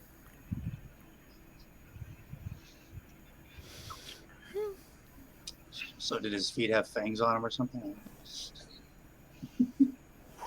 No, it's not that. Like, okay, so can I ask a question out of game? Is this like a lot of gangrel and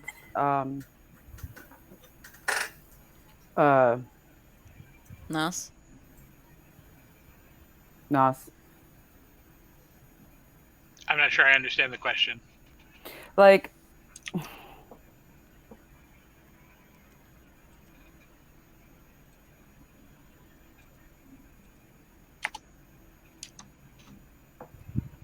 okay, so my curiosity is, why has there been a shift in understanding?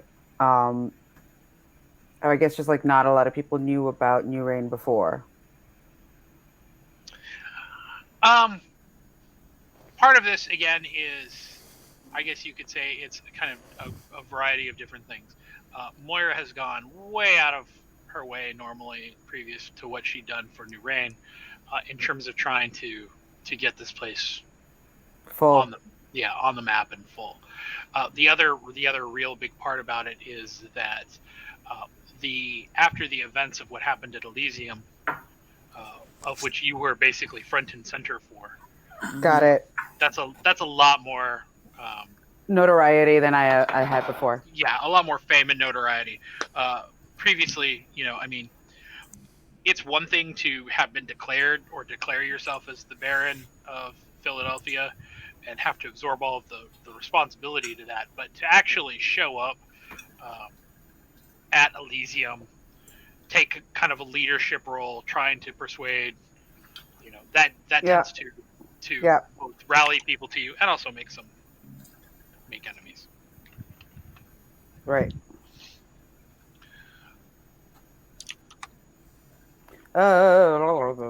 Yeah. So like,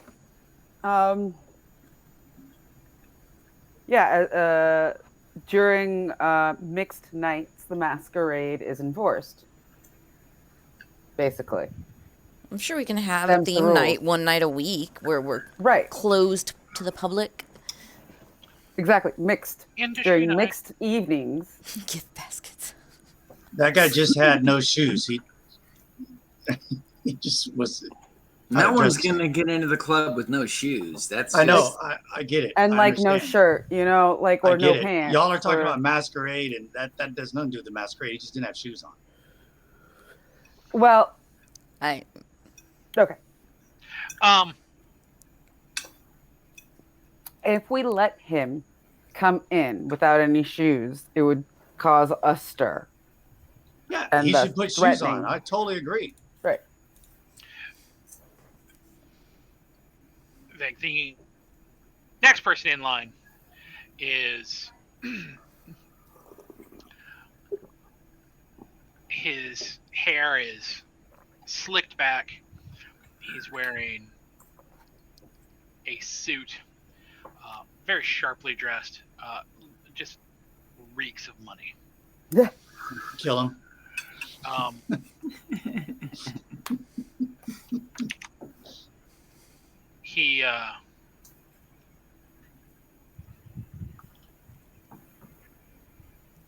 He walks up and he says, "Well, it's good to know that you don't just let anybody into this kind of place." He kind of looks over his shoulder at the man walking off, and he goes, "I was beginning to think that maybe this was a little bit of a lower class establishment."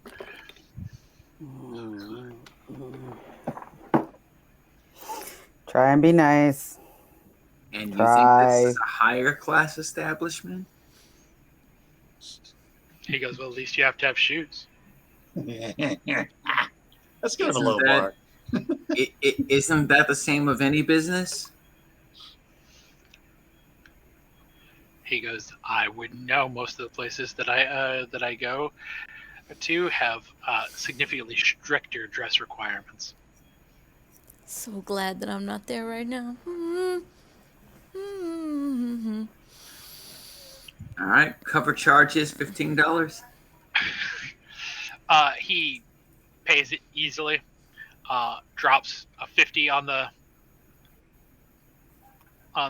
podium, and he goes, "Don't worry about it." I'll radio into Michael. Nice suspicious person. Just charge them. He's coming in now. So, Michael, you would be near the door, wouldn't you, seeing as how you just escorted out? Yeah.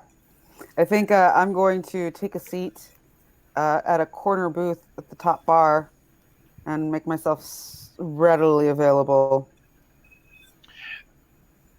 A darker one, but available. So you see him walk. You see this gentleman walk in. The only way to say that he walks in is with swagger. Dude walks in into the room, acts like his dick's been there for 2 minutes already. Yep. BD, man, BD. He walks straight to the bar, stands next to what you see Michael, a very, very pretty girl in fetish wear. Man basically orders a drink,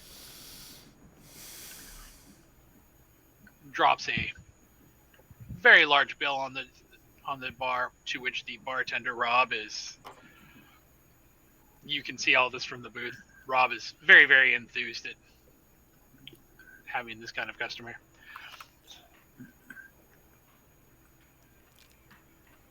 He stands there making chit chat, holding his drink. But that's kind of a giveaway. Is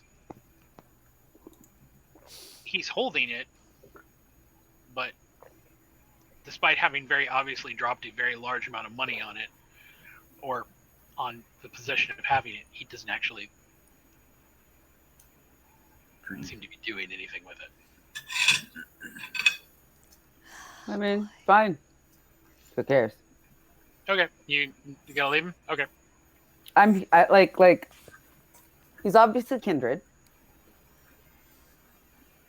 especially the way he's not touching the drink.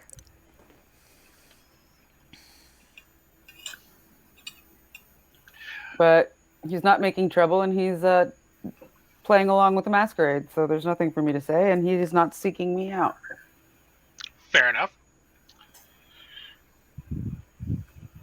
Alice.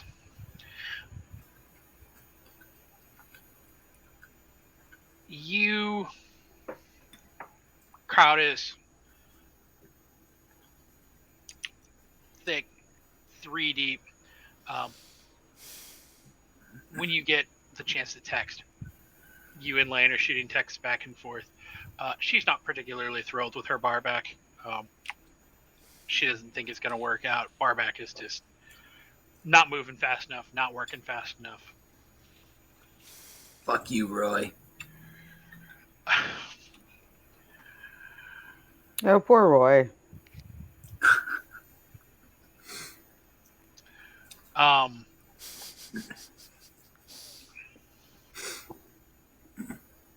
Womp womp. Then you get a text. It's just sad I can remember the person from the name of the person that just came into this night's, but I can't remember like the names of the people that like come. Sorry. You get a text, Alice. Yep. She says, there is a really hot, really surly girl who is at my bar, and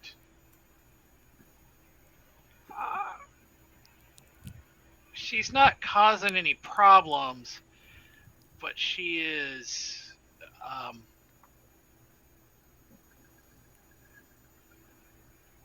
let's say the customers are not exactly dying to be around her. That's a good thing, right? Can you get me a Getting- photo? Let me guess, getting messy? Can you get me a photo? So she snaps a photo.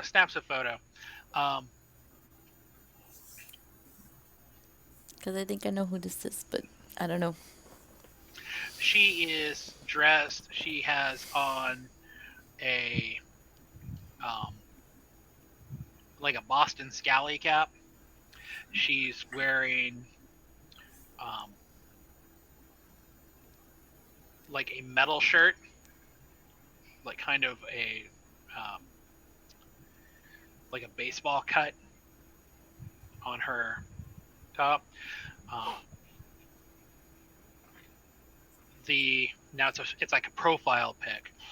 So she got on the baseball shirt. She's got a scally on. She is wearing shorts, like denim shorts that have been cut off. She's got a flannel tied around her waist, total grunge look. Metal spikers on the and leather on the wrists. Is this Marla? No. Okay. And combat boots. Sounds like me in 1999. But do I recognize this person as someone I've seen before? Nope. No. I'm kind of... Does What is she doing that's being messy? Now Lane has only texted Alice, so Yeah, you are yeah. I'm gonna Yep. shut up. Sorry.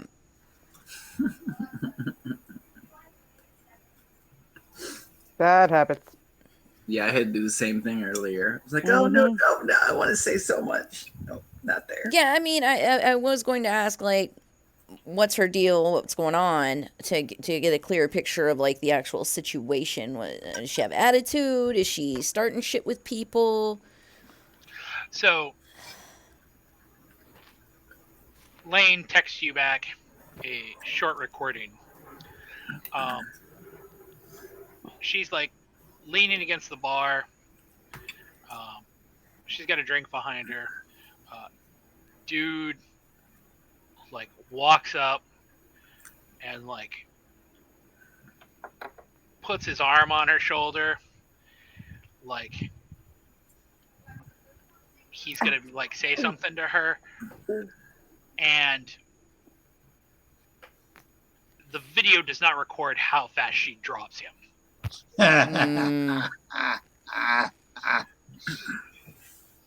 Like, he puts his hand on her shoulder, and the next thing that the video is on the video is him sitting there, like, holding his chest, like, kind of gasping for air. So I'm texting her back, why me? Like, why'd you not get Vic on this shit? Nice. Like, seriously, if she thinks I have a reason to know this person, but, like, otherwise, if she's drop kicking people across the room, she needs that's our big boy's job. The text comes back. Meow, meow. Seems like your type. Baby, I got all the type. I'm up to here with my type right now. She keep me busy. I go ahead and radio to Vic, like, hey, check your phone, and I shoot him everything I've just been given. Is this something you think you should take care of, sir?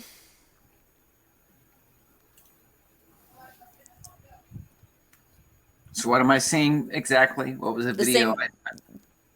So the video is of a guy walking up and basically putting his hands on this woman, and then her turning the tables on him. Yeah, and her dropping in a split second.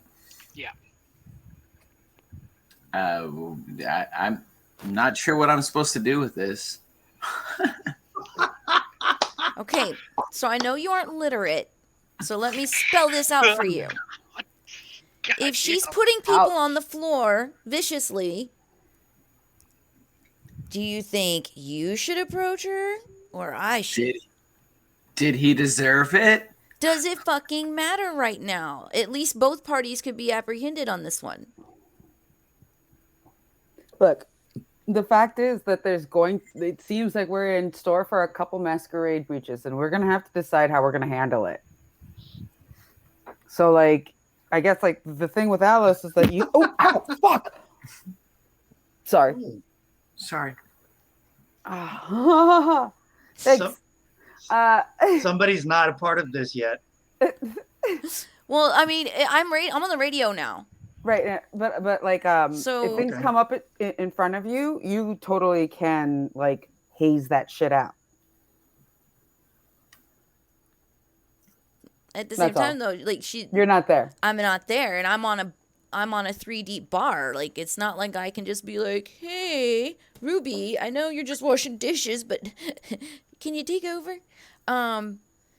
So you're on the radio, but you've only shared the texts and the video with Vic. Right, but he just asked out loud, like, so what was this about? What's going on? So no, that's why I would be texting back. I'm like, so what am I supposed to do about this? Why would you not radio me? I can radio you. That's fine. I'm just like, what am I supposed to do about this? Like, what? I'm just not sure what hey, I'll mosey on over there. Yeah, yeah. Wait, do I even know which bar it is? It's not my bar. So it's 15 bars here. Lane and Alice and Idaho right now are downstairs in the basement. Me and Victor are upstairs in the basement. Not our basement, but like we're the The two lower levels floor. down. You're on on the the dance dance floor floor. with You're in the Fire club Glow. You section, kidding? not the bar section. So if you're in the club section, you, Al, and Lane are there. Me and Vic are currently upstairs. Yeah. Well, I'll mosey over to Lane's bar. So you see this woman.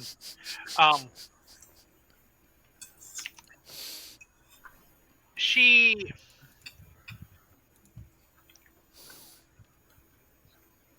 doesn't appear to actually be doing anything. For starters, since I only have heard what's going on the radio, I really don't know. I'm just going over there because I heard something and it sounds like we don't know what to do about it. So I just going over to the bar. Can I even tell what's going down, or will Lane tell me?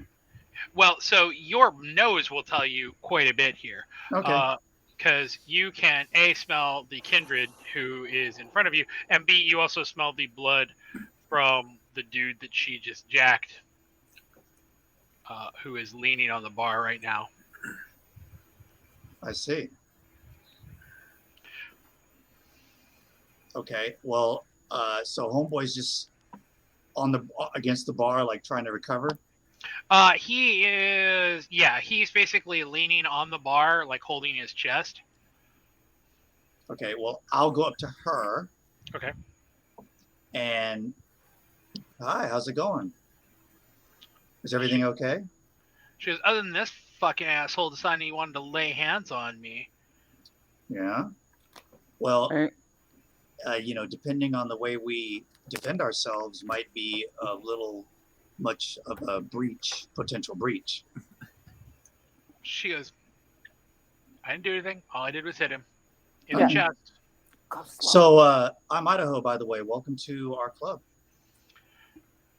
She kind of nods and she goes, Alyssa. Alyssa, nice to meet you. I don't think we've ever met before. She goes, yeah. She goes, I live a couple blocks over. I had never been here. Just not really my type. But figured I would check it out after what happened, a couple weeks ago. Yeah, well, hey, it's great to have you here. She goes, I think I saw you there. You were there during all of that bullshit, weren't you? Oh, yeah. She goes, wish it had fucking gone down right there. I guess it kind of did, but then, the Sabat interrupted. She goes, no. She goes, we needed to.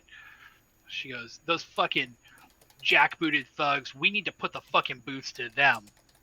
She goes, they need to stop thinking that they're the ones in charge. Yeah, you're right. I agree. Totally agree. Anger, mama. Anger. So, are you like just hanging out? Do you live in the city alone, or are you with a group, or what's up? She goes, nah, it's just me. She says, I mean, I've been around others, but, it's kind of hard to, a lot of people like to talk the talk, but nobody wants to walk the walk. She says, you know how often you hear people who are like down with the man, fucking, throw out the system, and then they're like, shit actually goes down and they're nowhere to be found. Yeah. Yeah. So fuck that shit. She goes, she goes, I'm better off on my own. She goes, but I figured after I saw what happened, at the theater, maybe I'd find some more like-minded people here, people who are willing to, put boots to asses. Yeah, she does sound like my kind of girl. Yeah. Yeah. We've done. Yeah, at any point, Storyteller, let me know when my bar thins out. Yeah, we've kind of put some boots to asses before. We've done some stuff. I mean, so you live nearby. See, yeah, I didn't. She goes, I got lucky. I've talked to some other licks who who they got caught up in some kind of drag net. I did. I got lucky. They tried to lay hands on me, and they're missing fingers and teeth. Yeah, we got pulled into that dragnet. She shit. Mhm. Yep. She goes, well, I mean, But thanks to Vic, we got out. Yeah. she goes, but I'm figured I could come here, see some like-minded people, meet some like-minded licks, and Yeah. kind of see the scene. So this, as they say. Although I hope that you're, are you just hear the same thing, or are you? She goes, you seem like are you like some sort of weird brand ambassador or something? Yes, I am.